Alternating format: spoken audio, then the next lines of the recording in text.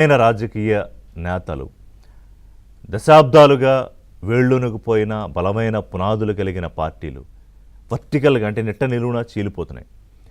అప్పటిదాకా అధినేత అడుగులకు మడుగులొత్తిన నేతలు, వాళ్ళు గీసిన గీత దాటకుండా ఉన్న నేతలు ఒక్కసారి ఓటమి పలకరించగానే ఏదో భూకంపం వచ్చినట్టు మొత్తం కదిలిపోయినట్టు అక్కడి నుంచి పరుగులు తీసి పక్క పార్టీలోకి వెళ్ళిపోతున్నారు. దీనికి బెస్ట్ ఎగ్జాంపుల్ తాజాగా జరిగిన వెస్ట్ బెంగాల్లో. అక్కడ 208 సీట్లతో భారీ విజయాన్ని కైవసం చేసుకుంది బీజేపీ. Not bad. తృణమూల్ కూడా 80 ఎమ్మెల్యేలు గెలుచుకున్నారు. కానీ అందులో 64 మంది ఎమ్మెల్యేలు చీలిపోయారు. అలాగే అది అయ్యి దాని నుంచి బయటపడేలోపే 20 మంది ఎంపీలు, ఉన్న 29 మందిలో 20 మంది ఎంపీలు చీలిక వర్గం.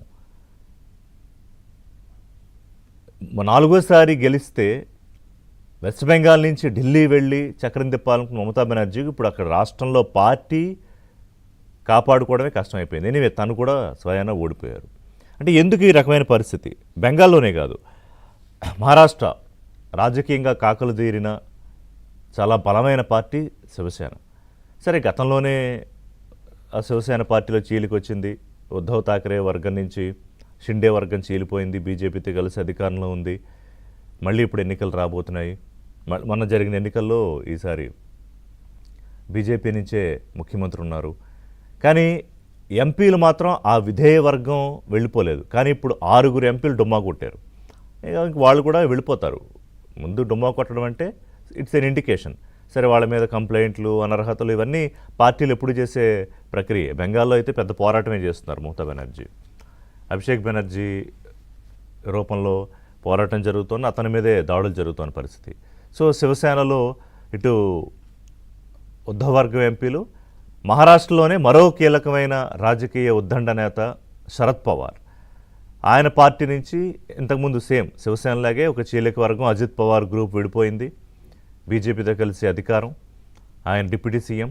సరే, ఆయన దురదృష్టవశాత్తు అజిత్ పవార్ చనిపోయారు.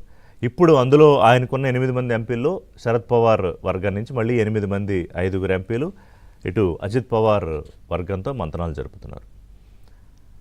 ఇక అక్కడి నుంచి సమాజ్వాదీ పార్టీ అంటే ఉత్తరప్రదేశ్ నేరుగా ప్రస్తుతానికైతే అక్కడ చీలికలు లేవు. కానీ ఒక క్యాబినెట్ మంత్రే అంటే బీజేపీ మంత్రి ఓపీ రాజ్భర్ ఆయన ఏకంగా ఎక్స్లోనే పోస్ట్ పెట్టాడు. అతి త్వరలో సమాజ్వాదీ పార్టీలో భారీ చీలిక దిశగా, పతనం దిశగా పార్టీ వెళ్ళబోతోంది.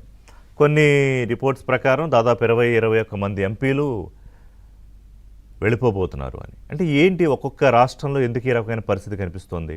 పార్టీలు ఎందుకు వర్టికల్గా చీలిపోతున్నాయి? రాఘవ్ చద్దా అనే ఎంపీ విపరీతంగా సోషల్ మీడియాలో పాపులారిటీ సంపాదించుకున్నారు.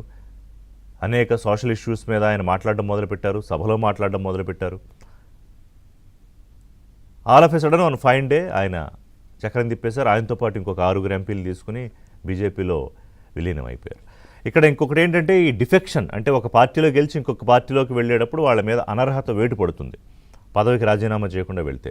ఆ డిఫెక్షన్ తప్పించుకోవడానికి రాజ్యాంగంలో ఉన్న ఒక వెసులుబాటు ఏంటంటే, అది అఫీషియల్గా లేదు కానీ ఆ ఉన్న లూప్ హోల్ని ఉపయోగించుకుంటూ 2/3 మెజారిటీతో వెళ్ళిపోతే, 2/3 ఎంపీలు వెళ్ళిపోతే లేదా ఎమ్మెల్యేలు వెళ్ళిపోతే ఆ లెజిస్లేటివ్ పార్టీ విలీనం అయిపోతుంది అనమాట. ఈ పార్టీ నుంచి సభలో గుర్తింపు వాళ్ళకే దక్కుతుంది. సో దాన్ని ఉపయోగించుకుంటున్నారు.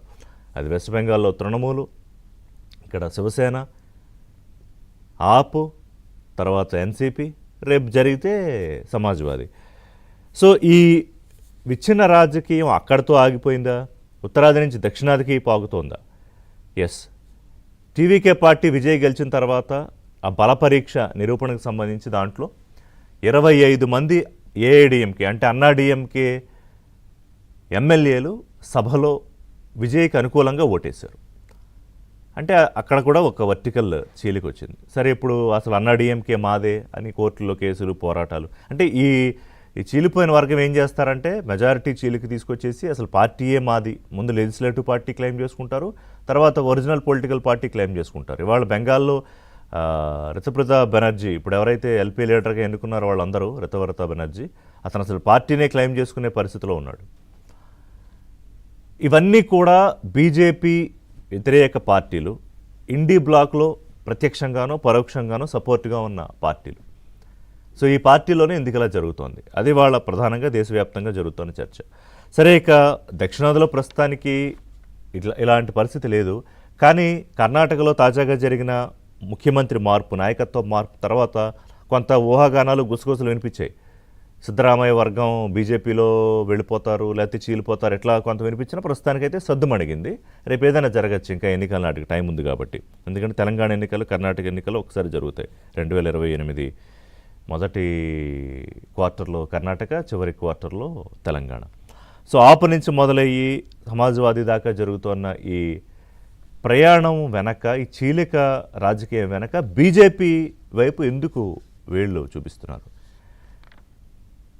అంటే బీజేపీ ఉంటే బీజేపీతో ఉండాలి, లేదా పార్టీ చీలిపోవాలి, ఆ వర్గం బీజేపీతో కలవాలి, లేదా వెస్ట్ బెంగాల్లో ఒక విచిత్రమైన ఒక ప్రయోగం ఏం చేశారంటే Nationalist party, citizen party of India అని ఒక చిన్న ప్రాంతీయ పార్టీ, దాంట్లో ఈ 20 మంది ఎంపీలు దానికి మద్దతుగా ఉండడం, అది విలీనం అయిపోవడం, అది బీజేపీకి సపోర్ట్గా ఉంటుంది. అంటే ఇది వయ్యా అనమాట, డైరెక్ట్గా బీజేపీలో కలిసిపోకుండా బైపాస్ చేసుకుంటూ ఇంకొక పార్టీలోంచి మద్దతు ఇవ్వడం.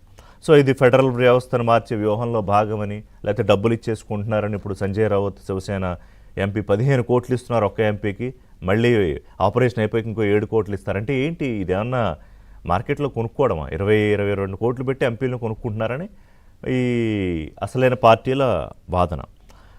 సో ఏంటి దీని వెనకాల బీజేపీ ఉందా? ఈ విచ్ఛిన్న రాజకీయాలు చేయడం వెనకాల బీజేపీ వ్యూహం ఏంటి ఒకవేళ ఉంటే కనుక? రేపు డీలిమిటేషన్ బిల్లు పెట్టబోతున్నారు, మహిళా బిల్లు పెట్టబోతున్నారు, ఈ రాజ్యసభ సభ్యుల మద్దతు కోసమా, లేకపోతే లోక్సభలో తమ సింగిల్ లార్జెస్ట్ మెజారిటీగా తమకు బలం సంపాదించుకుంటే ఇక బిల్లులు వీగిపోయే అవకాశం ఉండదు, ఆ వ్యూహంలో భాగమా? ఇవన్నీ కూడా మాట్లాడదాం. అసలు ఈ వెర్టికల్ చీలికలు, నిట్ట నిలువునా చీలిపోయే రాజకీయాలు ఏ దిశగా తీసుకెళ్తున్నాయి భారతదేశ రాజకీయాలు అనేది మాట్లాడదాం బ్రేక్ తర్వాత. చూడండి.